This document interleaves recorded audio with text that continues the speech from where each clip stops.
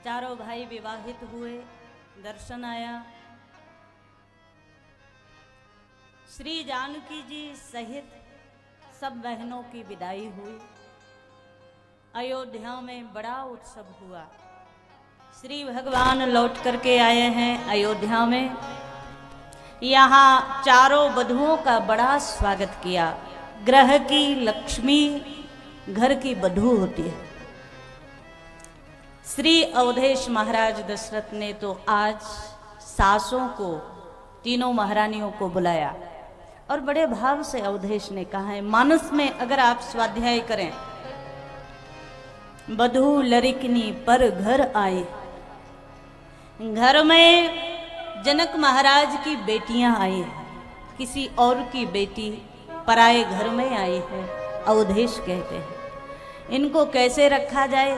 तो आज बहुओं के घर के आगमन पर ससुर महाराज दशरथ सासों से, कौशल्या, कैकेयी, सुमित्रा से कह रहे हैं, वधु लरिकनी पर घर आई, राखी नयन पलक की नाई। अगर ये एकमात्र चौपाई आज घरों में उतर जाए, आचरण में आ जाए, तो महाराज घरों में जो द्वंद्व होता है वो सब समाप्त हो जाए। समाज में लक्ष्मी के लिए ग्रह लक्ष्मी का अपमान हो रहा है और आज से नहीं, वर्षों से हो रहा है। बड़े बड़े कार्य किए संतों ने, महात्माओं ने। ये दहेज प्रथा मिटे इसके लिए बड़े बड़े कानून बनाए गए, लेकिन हुआ क्या? आज भी कितनी कितनी बेटियां इस दहेज की प्रथा की बलि पर चढ़ जाती है, कुर्बान हो जाती है। कहीं ना कहीं चिंतन करने की आवश्यकता है। यदि आप राम कृष्ण को मानते हैं तो राम की परंपराओं को मानने की आवश्यकता है। आज यहाँ भगवान श्री राम के पिता महाराज अवधेश कह रहे हैं, घर में नई वधु आए हैं, नई बहुएं आई हैं, तो राखी नयन पलक की नाई। जैसे पलक नेत्र की रक्षा करता है, वैसे ही इनका ध्यान रखना, इनकी रक्षा करने का कार्य सास का है। आज महारानियों को सिखाया है। कितने घरों में ऐसा होता है। महाराज देखो, गलती दोनों तरीके से है। कुछ सास माताएं भी बैठी होंगी यहाँ, कुछ बहुएं भी बैठी होंगी। अगर हम कहें कि सास की ही गलती है तो ऐसा भी नहीं है।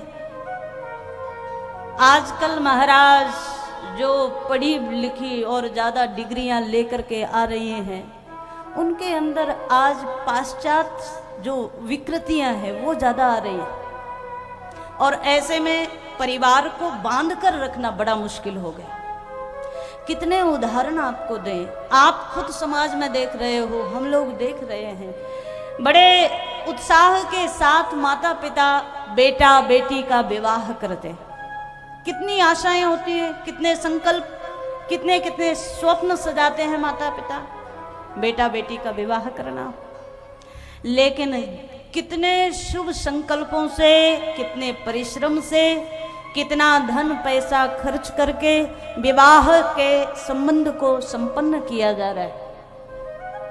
लेकिन बड़ा दुखद है, जिस देश में 7 जन्मों के लिए कसम खाई जाती थी, सप्त फेरे में, सप्तपदी में कहा जाता है, एक जन्म नहीं 7 जन्म के लिए एक दूसरे के पति पत्नी बनकर के साथ निभाने की सौगंध खाई जाती है।